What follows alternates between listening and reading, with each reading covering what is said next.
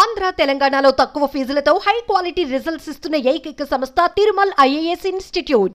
ఆంధ్రప్రదేశ్లోని మహిళలకు సీఎం నారా చంద్రబాబు నాయుడు శుభవార్త వినిపించారు.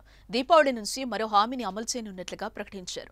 సూపర్ 6లో భాగంగా ఉచిత గ్యాస్ సిలిండర్ పథకం దీపావళి నుంచి ప్రారంభించనున్నట్లు చంద్రబాబు వెల్లడించారు.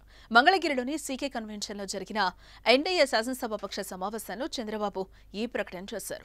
ఎన్నికల సమయంలో ఇచ్చిన హామీలను ఒక్కొక్కటిగా అమలు చేస్తామన్న చంద్రబాబు సంక్షేమంతో పాటుగా అభివృద్ధి పనులను కూడా చేపడతామని తెలిపారు. మరోవైపు ఏపీ ఎన్నికల ప్రచారం సమయంలో మహాశక్తి పథకం కింద మహిళలకు ఏడాదికి ఉచితంగా 3 సిలిండర్లు ఇస్తామని ఎన్డీఏ కూటమి హామీనిచ్చింది.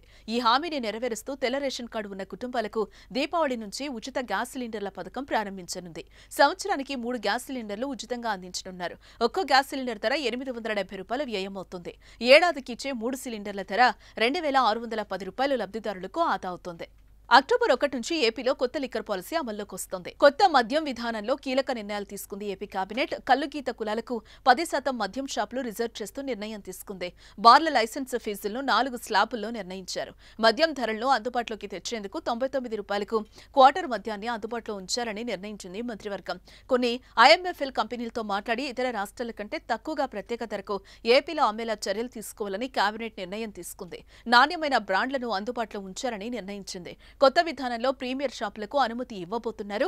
టెంపుల్ సిటీ తిరుపతిలో ప్రీమియం షాపులు ఉండవన్నారు మంత్రి పార్థసారథి. గ్యాస్ ఇస్తాను, ఉచిత గ్యాస్ ఇస్తాను.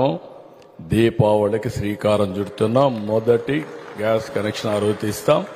దానికి కూడా శ్రీకారం చుడతాం.